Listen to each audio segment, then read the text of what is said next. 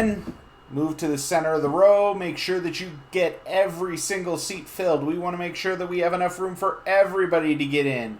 We want to make sure that everybody gets a seat. Get close, get friendly. This is DEF CON, make friends. Are some of the things that I wish I could be telling you right now. Unfortunately, yeah, we can't. I'm here and you guys are where you're at, respectively. So, with that said, we forge on, and the second year of the AppSec Village continues on.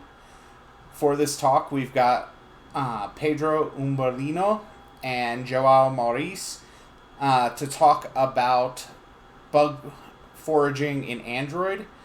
Pedro is a security researcher by day and a Hackaday contributor by night.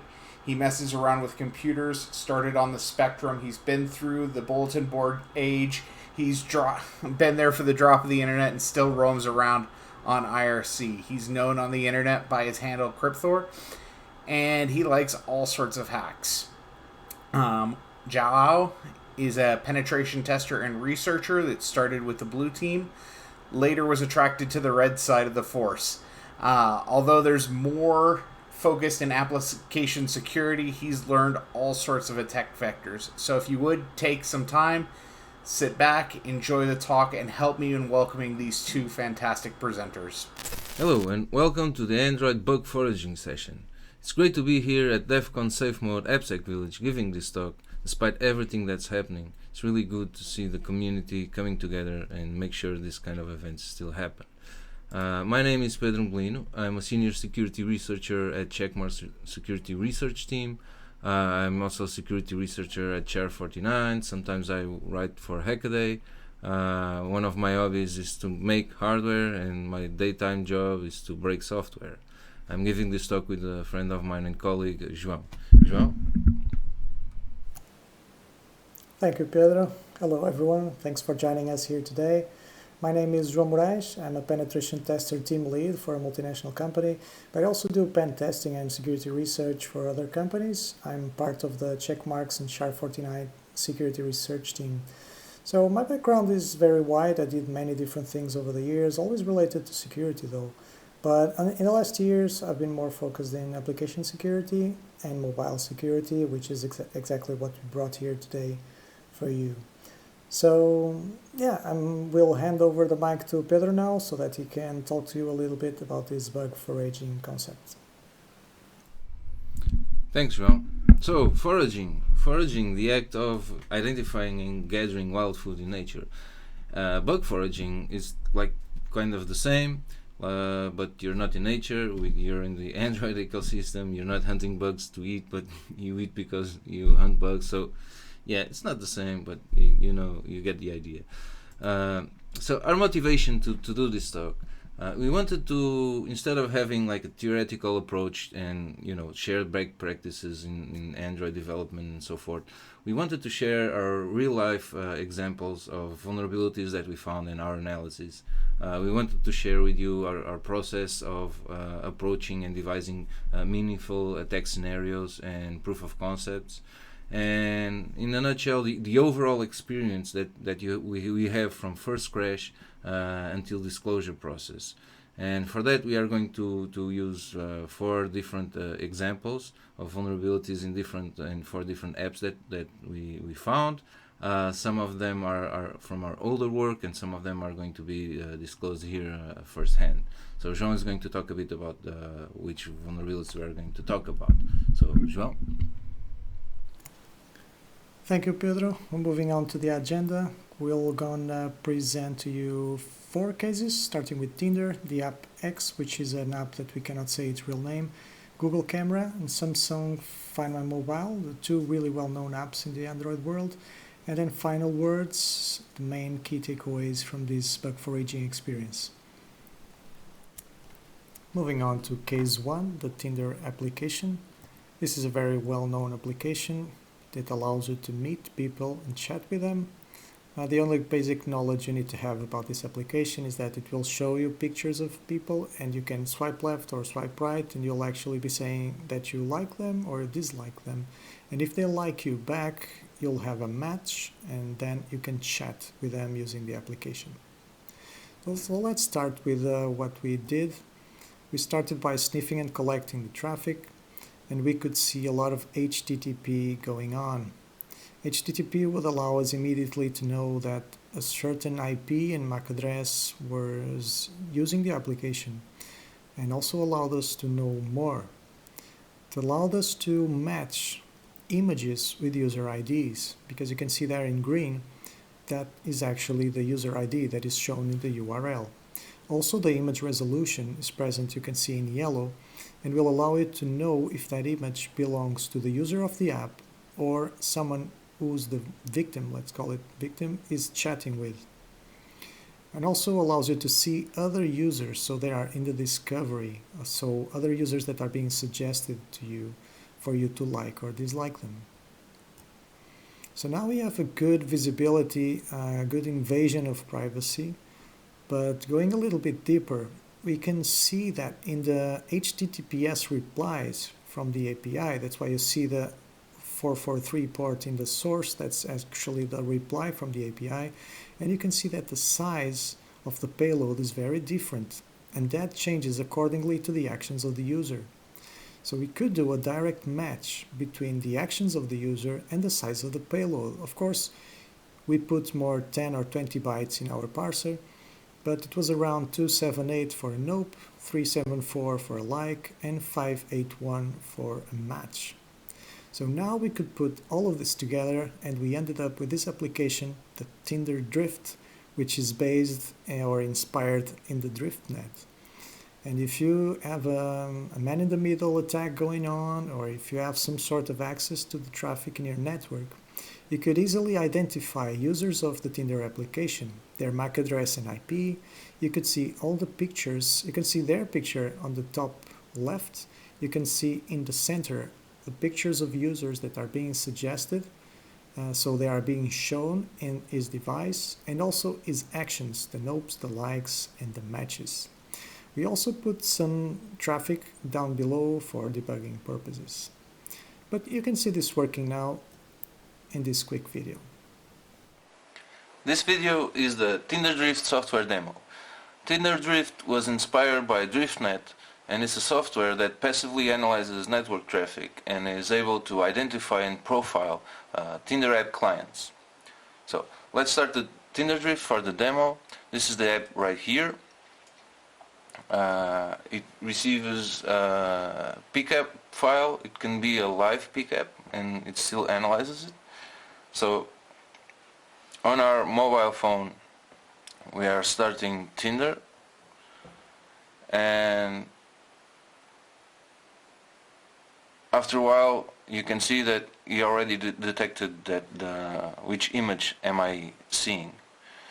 So Tinder Drift takes advantage of the fact that the Tinder app fetches profile images via a non-encrypted HTTP connection, and it associates that image or those images to a client.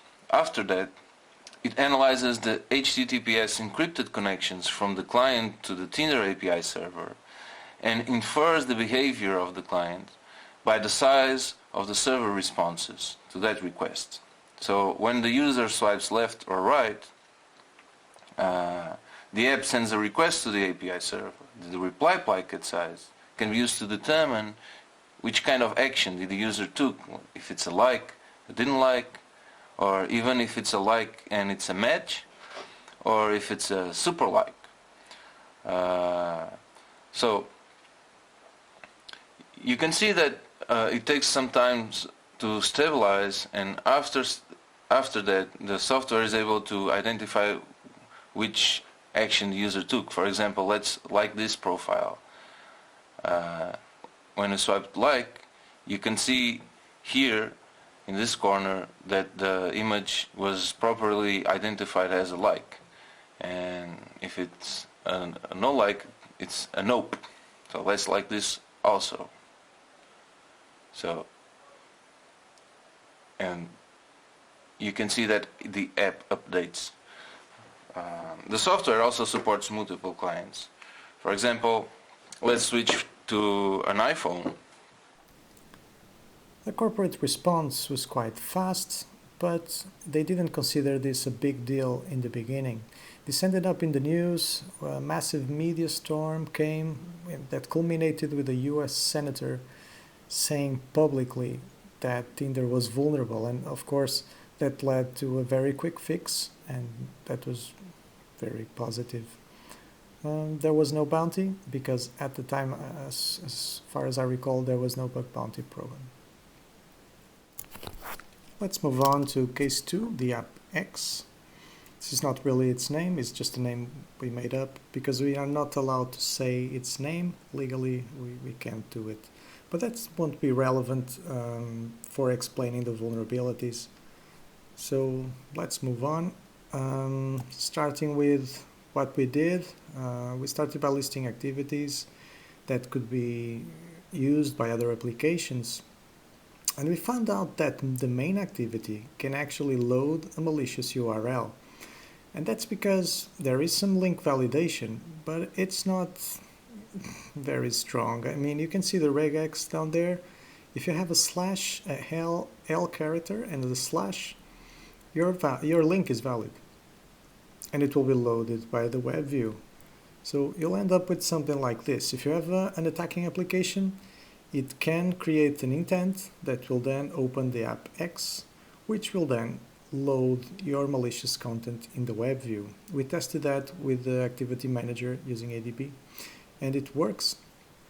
So we did actually create an attacking application, and we did as well create an HTML page which was exactly the same as the original login page for the app. So a user would not be able to distinguish between the original web page for logging in and our malicious page for logging in, and we could steal the credentials and the application would still work smoothly.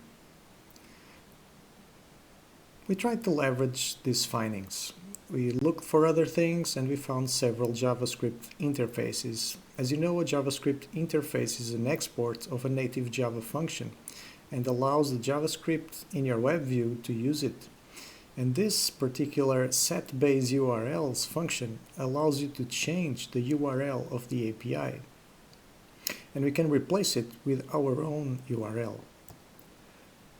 And when you do that, this change is permanent. Your application will contact our malicious API instead of the original API. The app has certificate pinning and it works well, but it also supports plain HTTP, so we can actually use an HTTP URL, and the same with the official API that works either in HTTPS or plain HTTP. So this was the perfect scenario for a man-in-the-middle attack, although we still need to trick the victim into install a malicious app. So we tried to go deeper. We saw there were some deep links for this app. Let's consider this scheme. Of course, it's not the real scheme, the app X, just for clarity. And there is a messaging system in the application. So we were trying to think of a way to send a link in which we could exploit this exactly in the same way, but without requiring a malicious application. So the chat feature doesn't support deep links, but it supports regular web links. And we could actually send a regular web link, the browser would open it, we could redirect to a deep link to the AppX schema. But how would we pass the parameter then to the main activity? I mean, the main activity would open, but it would use the default HTML content, and we wanted to be able to pass it our malicious URL. So we ended up with something like this. This is the full chain of events. You can see down there the full URI for the exploit. The app X will open the application, and the AF_DP parameter will allow us to inject that HTML in the web view. But let's start from the beginning. So we don't need a malicious application anymore. We just need a message, and we'll send a message with a web link. As soon as the user opens the link, Google Chrome is called. It will request a malicious page to our server, and our server will redirect to that full URI that you see down there. So then the Android knows that AppX scheme. It will open the AppX application, and the AppX application will load our http://attacking.site.com. Of course, that's a fake domain just for demonstration purposes. You can see the /l/ so that it will pass the validation, and this will work. We have the full exploit just like we did before, but without requiring a malicious application. Now the AF_DP parameter is something that we found via reverse engineering, and you can see there its content will be loaded in the web view. So summing this up, when the victim clicks in the link, the attacker can steal its cookies, impersonate, so take over the account, monitor all the application activity, read private messages. You can track the victim to its geographic location because the app has this feature, and it can also create a wormable exploit, well, where all the contacts will receive a malicious link, and by each contact that presses on the link, it will send it to all the contacts of that contact, and so on and so on. So becoming a sort of a wormable exploit. And consider that the application will always behave normally to the victim's eyes, so he won't know he's actually being hacked. I was going to show you a quick video demonstrating, but there was some crash on our VLC player, so I'll just move on to the corporate response. So the response was good, it was fast, it was classified as a critical issue, it was fixed. There was no bounty because I think there was no bug bounty program at the time, but there was some legal issues. This wasn't good, we could avoid this, but we'll talk about this in the final words section. And now I'll hand over to Pedro so that he'll talk to you about the Google Camera application. Pedro? Thanks, Joao. Now we are going to look into case number 3, which is the Google Camera. The Google Camera app comes installed on millions of different devices, and this was a research that comes in the context of an audit to the Pixel 3. Sometimes instead of us looking into a specific application, we just choose a vendor and buy the latest phone and start to look into the pre-installed applications that come, since this implies a bigger attack surface and more users that could be at risk. And in this case we were focusing on the Google Camera app. Now the process is kind of the same. When you do Android reversing for a while, you list the activities and broadcast receivers and so forth that you can call without permissions. You reverse the APK, you analyze the traffic, you start reading the code. So in this case there was a lot of exported activities and defined actions inside the Google Camera app. Now we started to test the behavior of these activities and actions and look for interesting stuff, because sometimes it's easier just to start and test the behavior of the application instead of reading tons of reversed code, sometimes obfuscated. So we noticed that there's this action called video camera that starts the Google Camera app and immediately starts recording, and we found that interesting, because there's also this action video capture that does not start recording. So why were there two different ones? Any other action would open the Google Camera in photo mode but does not take a picture. So we are looking like the attack scenario here is a rogue application that's trying to control the Google Camera application. So we map out which classes handle which intents and which actions, and then you start read the code and try to figure out if there's any extras or data or actions that you can pass to the program and to the application and modifies the execution path or the behavior, right? So we noticed at least 3 interesting extras. One is called use front camera, which allows us the controller app to choose if the Google camera is going to use the front camera or the back camera. There was this duration seconds, which allows the camera to start a timer before taking a picture, and this obscure one called extra turn screen on, which essentially does what it says it does. It turns the screen on. Now, why was this interesting? Because the timer duration seconds, for example, starts the Google Camera app and also starts the timer. So you could take video without user interaction, and now we figure out a way to take a photo without user interaction if you use a timer. The minimum default timer is 3 seconds. It's hard coded, but still you can take photos without user interaction. And the extra turn screen on was very interesting because it makes the camera app to open even if the phone is on standby, or even if the smartphone is locked with a PIN number. So you can actually start from the background, start the Google camera and take a picture and record a video. Now, why is this interesting? Because usually the videos and the photos are stored in the SD card, and the SD card, as you know, it's easily accessible by other applications that have the read external storage permission. So we started to think, how can we leverage this in a meaningful attack scenario, right? So, and we devised, with this combination, now you can make a rogue app, take a picture, record a video without user interaction, even if the phone is locked.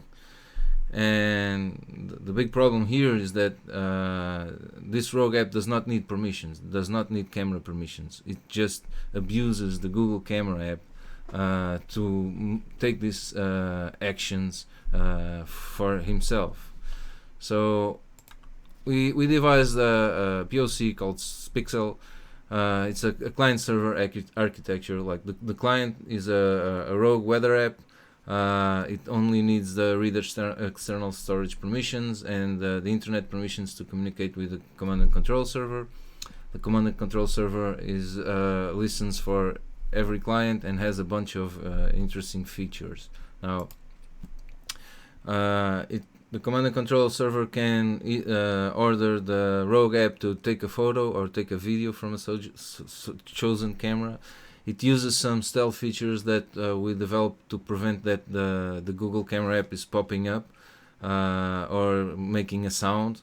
We can mute all the audio streams.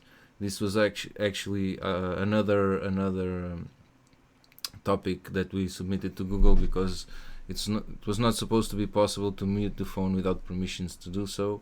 And it's another bug. We monitor the proximity sensor to know if the phone is upside down or not, or you are on a call. We devised a feature called auto record calls. When you answer the phone and you put the phone next to your face, it starts recording, and it's actually possible to listen to conversations in both sides. If EXIF data is on, you can grab the GPS locations and locate the user. Like, you can issue the camera to take a photo and then parse the EXIF data and grab the GPS position. This is not completely related to the vulnerability in itself, but we kind of get creative and implemented this on the tool, among other features. So now we're going to see a demo. So this demo shows the auto record feature when David answers. Okay. Hello? Hello? You can see on the right side the image Who's from calling? the camera superimposed.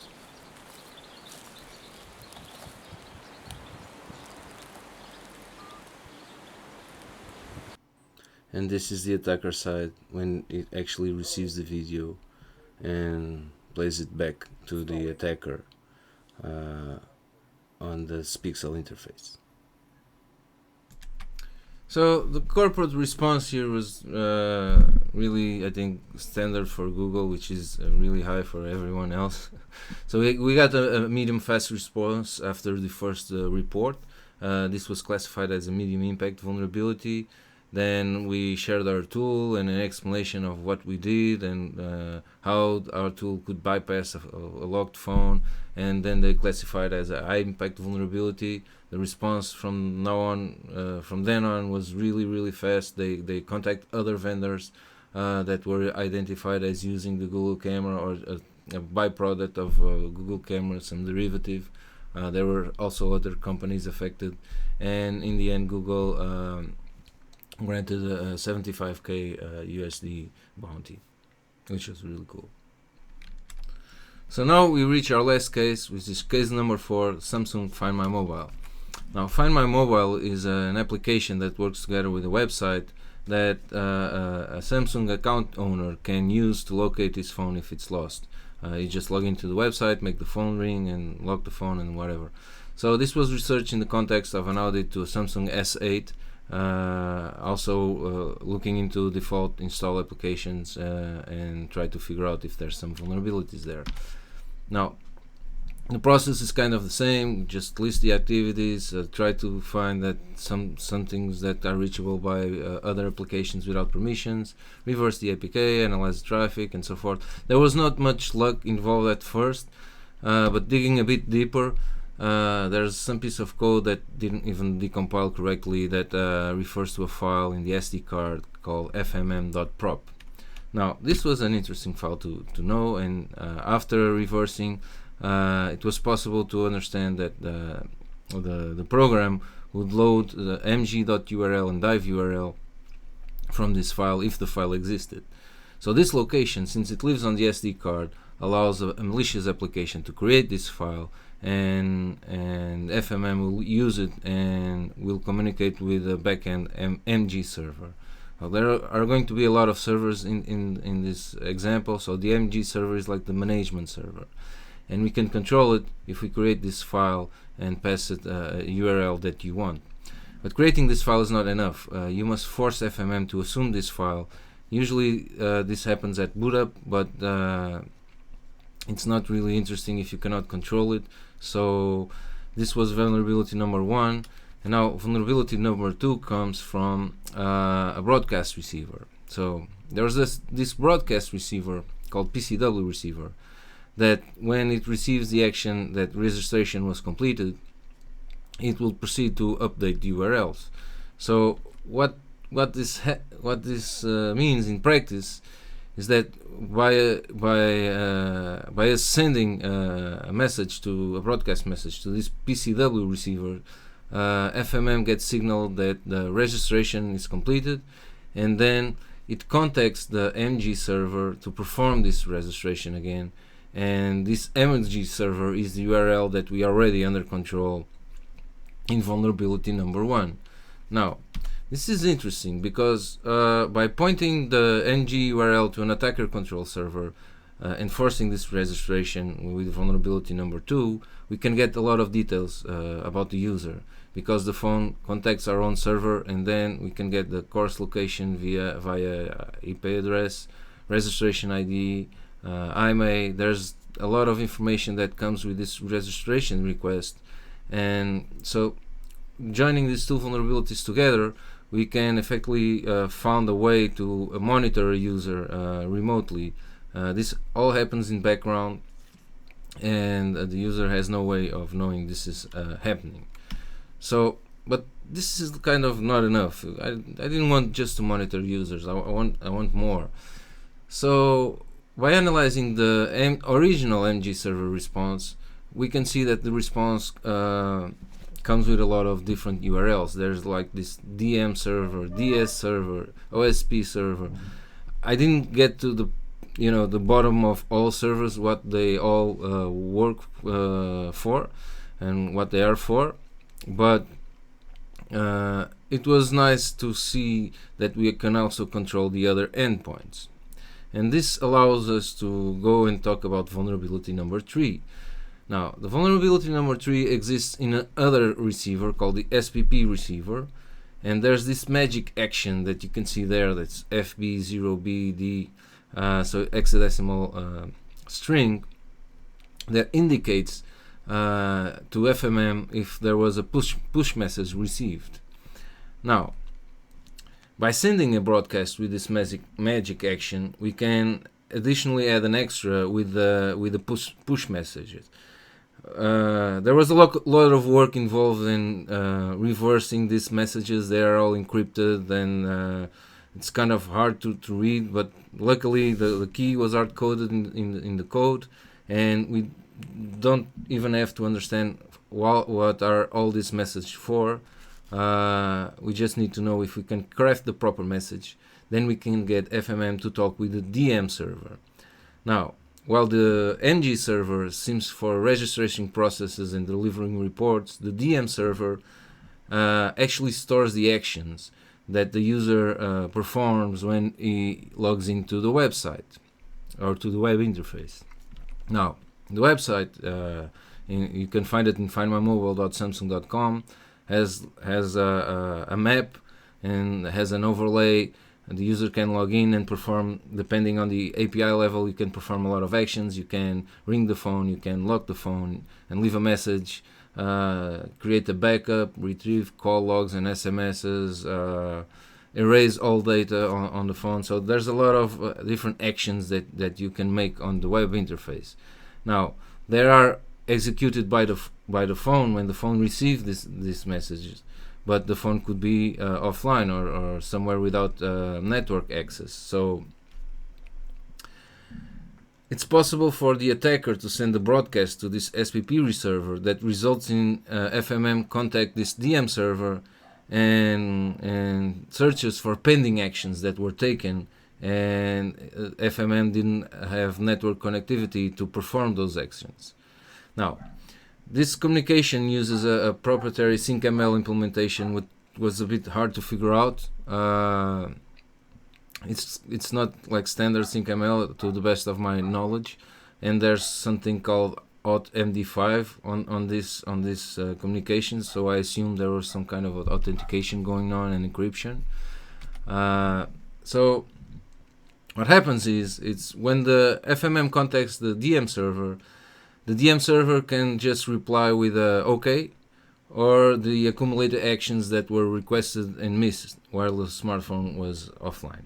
And this is where you can come in, because we actually, because of vulnerability number 2, we actually control the DM server. So we control the NG server and the DM server. But to be able to perform something like closely, remotely resembling a man-in-the-middle attack, we need a valid certificate. You need to monitor the messages. You need to detect the message types, change the requests on the fly, and you have to bypass this syncml auth-d5 mechanism at the same time to make everything works. So now we are going into vulnerability number 4, which is the sync auth-md5 algorithm. So it has nothing to do with MD5 weaknesses. The authentication protocol seems to be like the client connects to the server and sends a field syncml MD5 on the first request.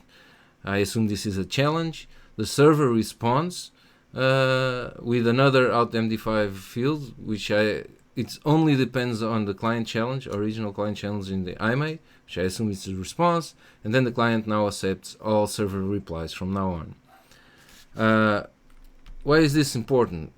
It's because there is no message signing on or any mechanism that prevents message modification, which is really great for an attacker in the middle position. So you don't even need to reverse the response verification mechanism to make this work. You can just man in the middle the connection and send the authentication, the challenge packet to the server, grab the response, send to the client, and then you can just use that token and communicate, because you can change the content of the packet because there was no message signing. So putting it all together, if you put all these vulnerabilities together, so with vulnerability number 1, you can use the Fmm Prop file to change the NG server to your own server. Then you send a broadcast to the PCW receiver, and then you can get the MG server that has all these actions stored and force the update via a spoof response. Then you send another broadcast message to the SPP receiver that actually makes FMM contact the DM server and fetches any outstanding actions. You are in the middle of this connection, so you just forward the challenge packet to the original server, grab the response, and then inject your own actions in the client, since there's no message integrity here. And then the smartphone can actually execute whatever message you decide for him. So,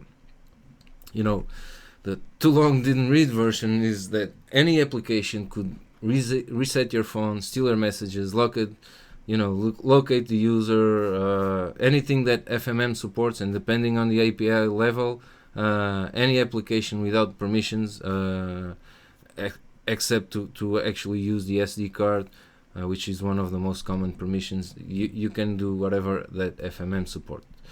It worked on a wide range of devices, including the S7, the S8, the S9 Plus. This was tested on a lot of devices, and we have a demo that we can show now. So I can actually claim that I'm able to, erase all contents of the phone without actually showing it. So here's the server configuration files. I'm going to switch my action to Nuke.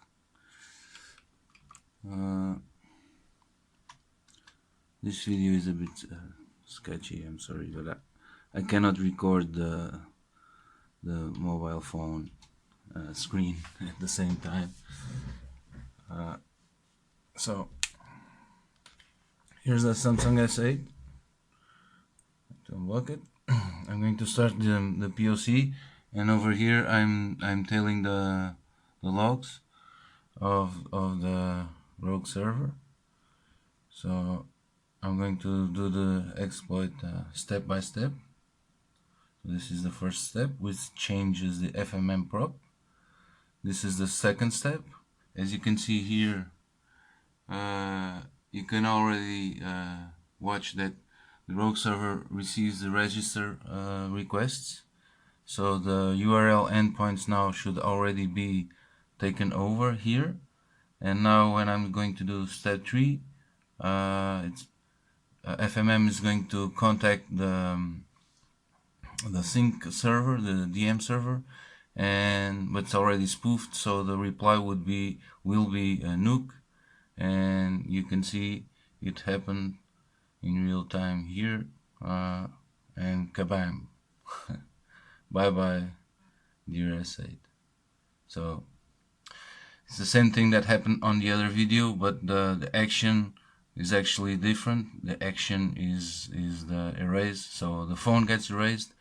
Also the SD card is formatted, so all data in this phone is lost. That's it. Here you can see the different steps here.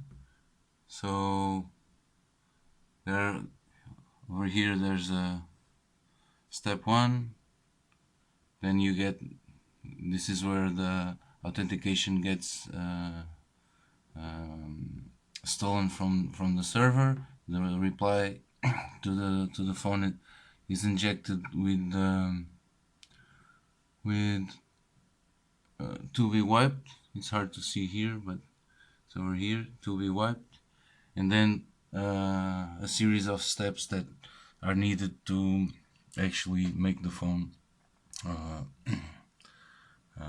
erased. So working with Samsung in the Samsung Bounty program, they are very organized, and they issued a fast response after the first report.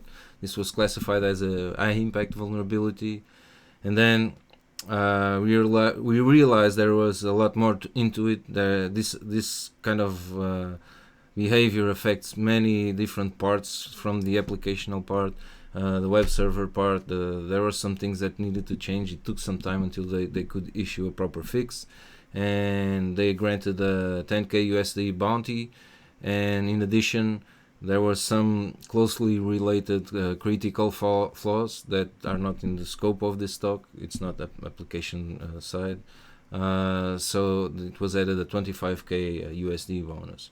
So in the end it was very, very nice. So this concludes our presentation.